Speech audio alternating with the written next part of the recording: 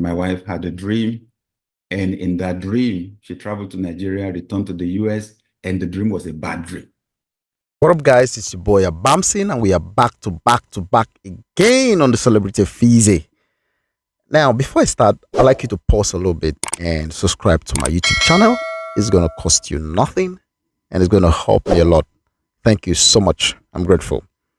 Now, it might interest you to know that some of the most influential and the most powerful and wealthiest pastors in Nigeria are all leaving the country behind. And they jackba go abroad.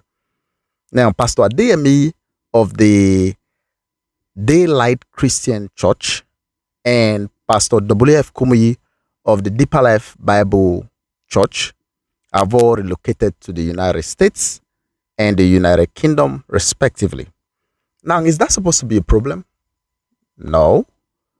But listen to some of the excuses that Pastor Sam Adeyemi gave for dishing Nigeria.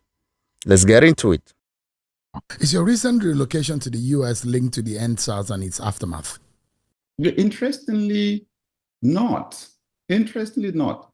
It so happened that for 10 years now, my wife and I shifted our work to global work. So we established offices in Atlanta 10 years ago, just so as to be able to leverage the technology and the systems in the Western world to be able to reach the world. Reaching the whole world now does not require for you to go everywhere. You can leverage technology, right? And then all our children were in the US when the COVID lockdown started. So everyone stayed with their families. So we stayed with our children. They're not young, they're young adults now. So we stayed together as a family during the lockdown. The week that Daystar resumed services was the week that EndSARS started. Okay, so we were preparing to return. What then happened was when we were to return, of course, when the EndSARS thing ended in violence, we stayed back a bit. When we wanted to come to Nigeria, then a different experience altogether happened. My wife had a dream, and in that dream, she traveled to Nigeria, returned to the US, and the dream was a bad dream. I told her, I don't like this dream. I don't like this dream. 3 days later, then I had mine. In that dream, both of us traveled to Nigeria.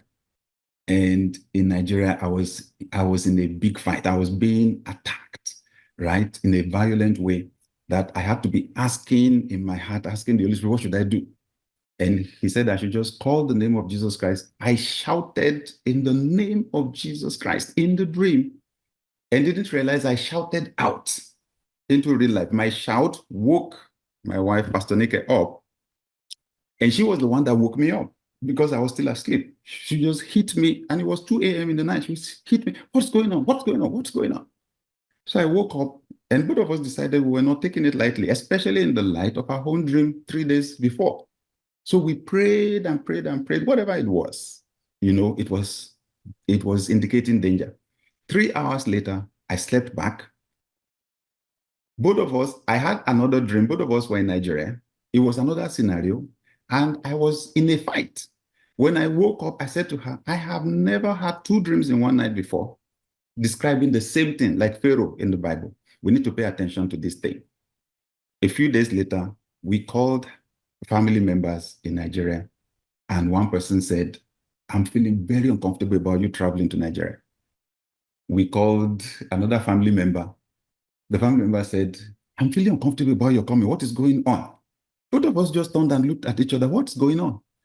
From that point onwards, whenever we fixed the dates, booked our seats on the flight, I would have a dream. And it would be a dream that something bad would happen to me in Nigeria. And I then said, you know what? I've been a Christian 40 years. At this point, if God is speaking to me, I should have an idea that it is God speaking. Something is going on. I don't know what it is. I want to pray more about it. And at that point, we called a meeting of all the leaders in Daystar Christian Center, the top 120 leaders on Zoom. And I explained, we've never lied to you guys before. Daystar has been run by what God said. It was founded on what God said.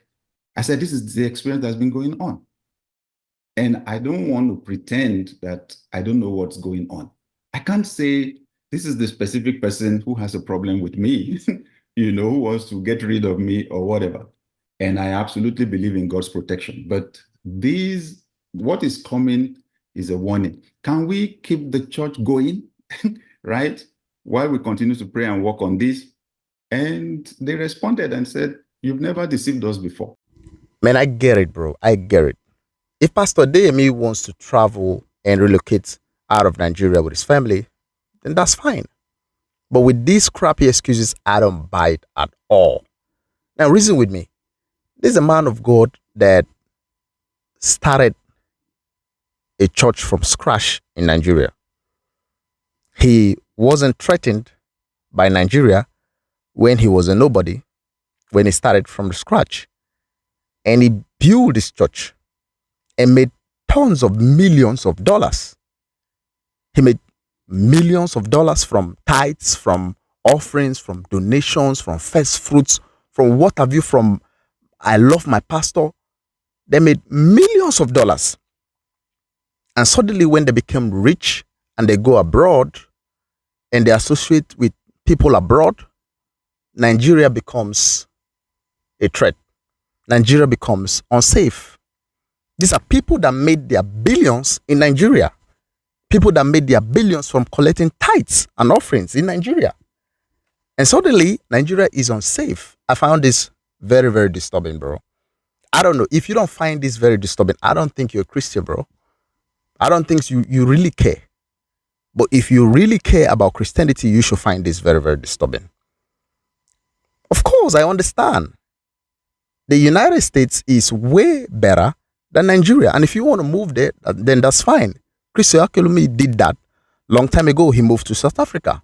That's fine. But suddenly Nigeria becomes a threat. I think is an insult. I think it's an insult to the people that actually made this man the pastor he is, the one of the wealthiest pastors and most influential pastors in Nigeria. Of course, I mean, who wouldn't want to relocate out of Nigeria?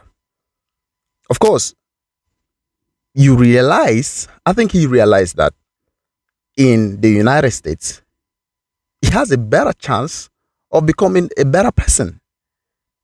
In the United States, his children have a better chance of becoming better people in society. They have a better chance of attending one of the most prestigious universities in the world, whether it's Cambridge, whether it's Yale, whether it's Harvard, whether it's Oxford. They're going to attend those universities and they're going to graduate and get the best of the best jobs. And they are going to be innovative and do beautiful things. Their children have a better chance of becoming the United States citizen, and they can travel all around the world without any visa. They understand that. And I get it that anybody want to travel to the United States. Who wouldn't?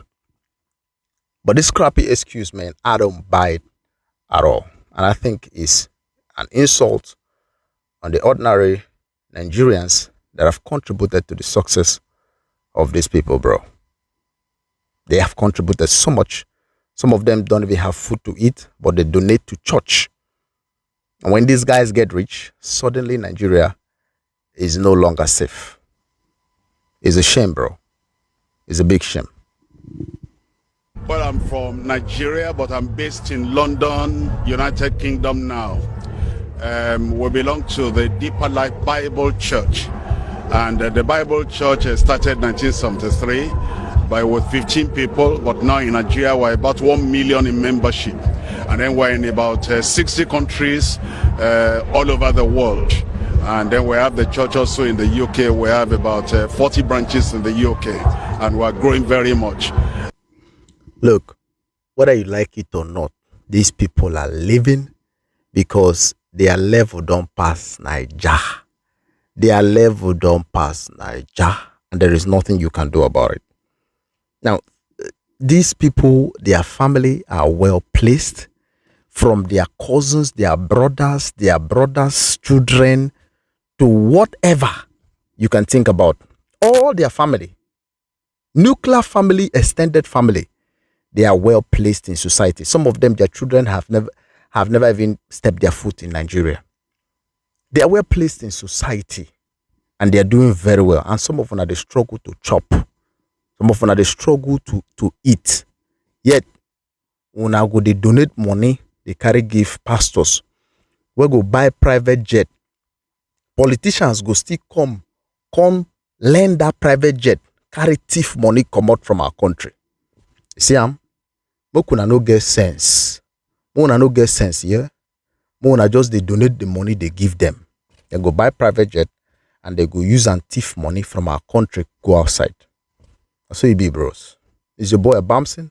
Back to back at it again on the Celebrity Fizzy. And if you find value in what I do, hit the subscribe button. No dollar. No dollar. Thank you. Peace out.